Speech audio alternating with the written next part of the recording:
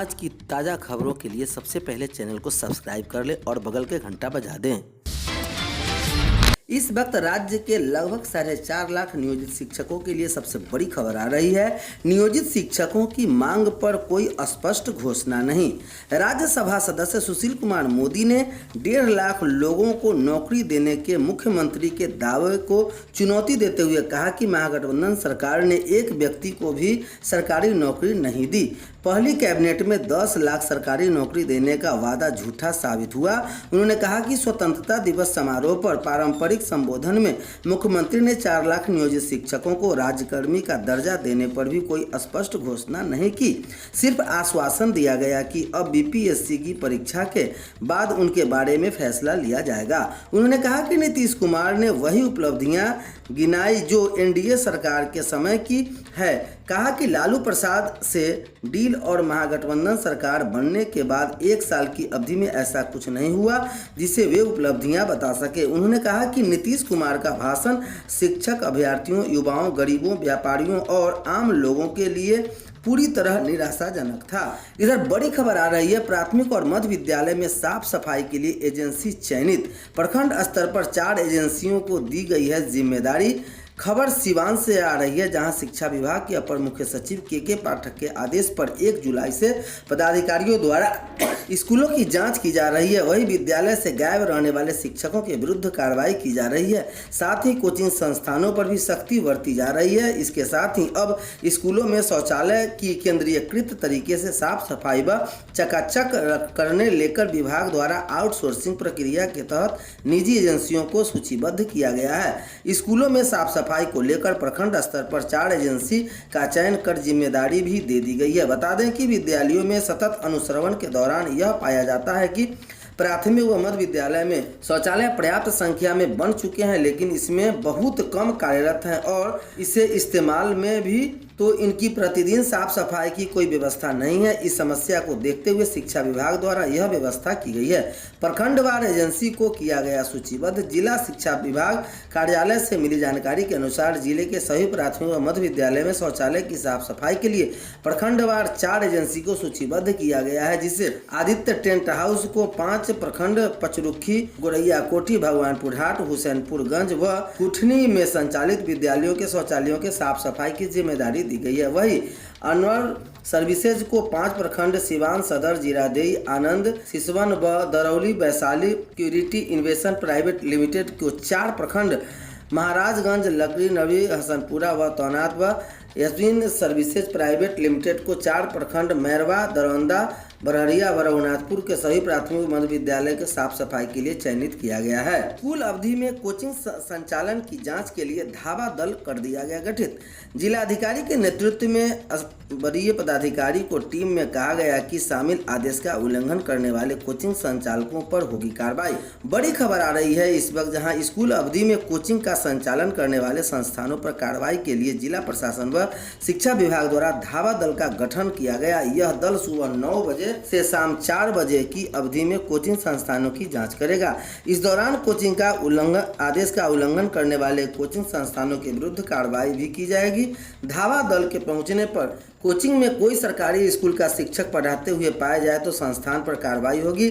जिला शिक्षा विभाग कार्यालय में मिली जानकारी के अनुसार डीएम के नेतृत्व में गठित धावा दल की टीम में एडीएम, डीडीसी सहित जिला शिक्षा पदाधिकारी व जिले के अन्य वरीय पदाधिकारियों को शामिल किया गया है। कोचिंग संस्थानों को सरकारी शिक्षक के नहीं होने का देना होगा प्रमाण पत्र। गठित धावा दल ने पहुंचने पर अगर कोचिंग संस्थानों में कोई सरकारी स्कूल का शिक्षक पढ़ाते हुए पाए गए तो संस्थान पर कार्रवाई की जाएगी। ऐसे में सभी कोचिंग संस्थानों को शपथ पत्र देना होगा कि उनके यहाँ कोई सरकारी स्कूल के शिक्षक पठन पाठन नहीं कराते हैं, साथ ही वे कोचिंग संस्थान का संचालन भी नहीं करते हैं। शिक्षा विभाग के अपर मुख्य सचिव के निर्देश पर कोचिंग संस्थानों की जांच के लिए धावा दल का गठन किया गया।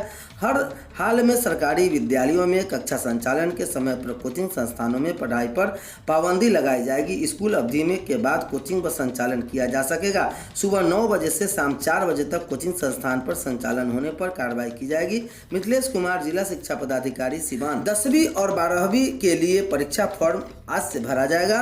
केंद्रीय माध्यमिक शिक्षा बोर्ड सीबीएसई के 10वीं और 12वीं परीक्षा फॉर्म यानी LOC लिस्ट ऑफ कैंडिडेट्स शुक्रवार को भरे जाएंगे। इसे लेकर केंद्रीय माध्यमिक शिक्षा बोर्ड ने सभी मान्यता प्राप्त स्कूलों को दिशा निर्देश जारी कर दिया।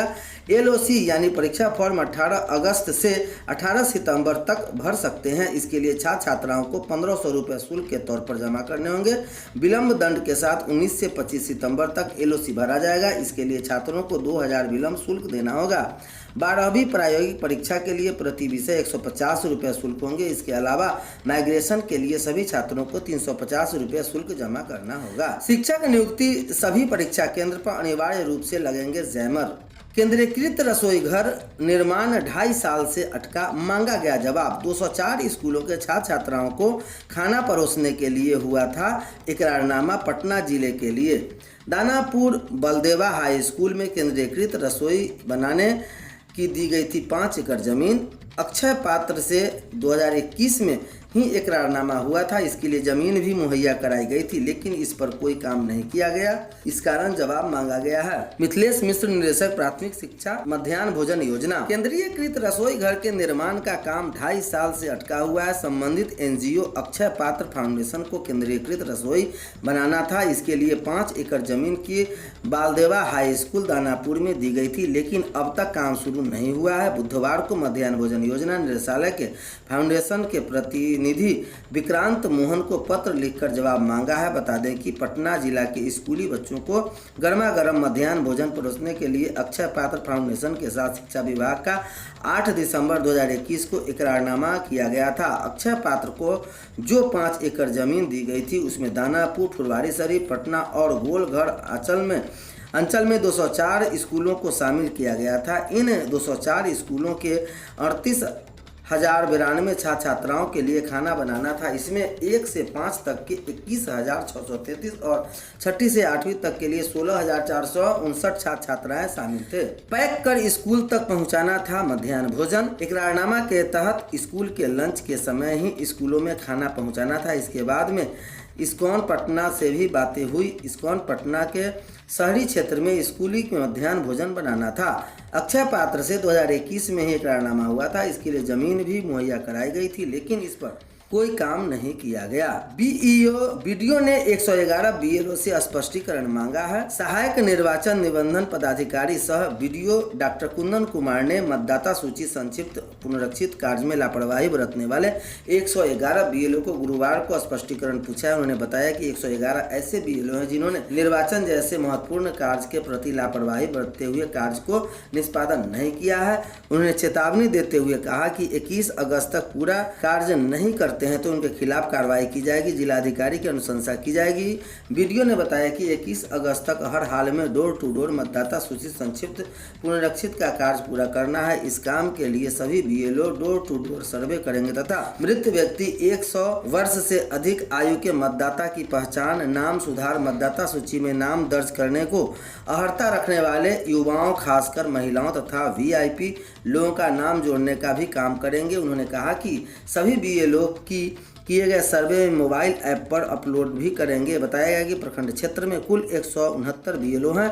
उनमें से 111 लोगों पर सर्वे नहीं करने तथा मोबाइल ऐप पर अपलोड नहीं करने का शिकायत सामने आई है। 9वीं से 12वीं की किताबें हटाए जा सकते हैं अप्रासंगिक अध्याय। खबर पटना से आ रही है, जहां राज्य शिक्षा एवं शोध प्रशिक्षण संस्थान NCERT अब 9वीं में 12वीं तक के पाठ्यक्रम की सभी किताबों की समीक्षा करेंगे। जरूरी हुआ तो अप्रासंगिक हो चुके अध्याय हटाए जा सकेंगे। समीक्षा के लिए विषयवार विशेषज्ञों को टीम बनाई जा रही है।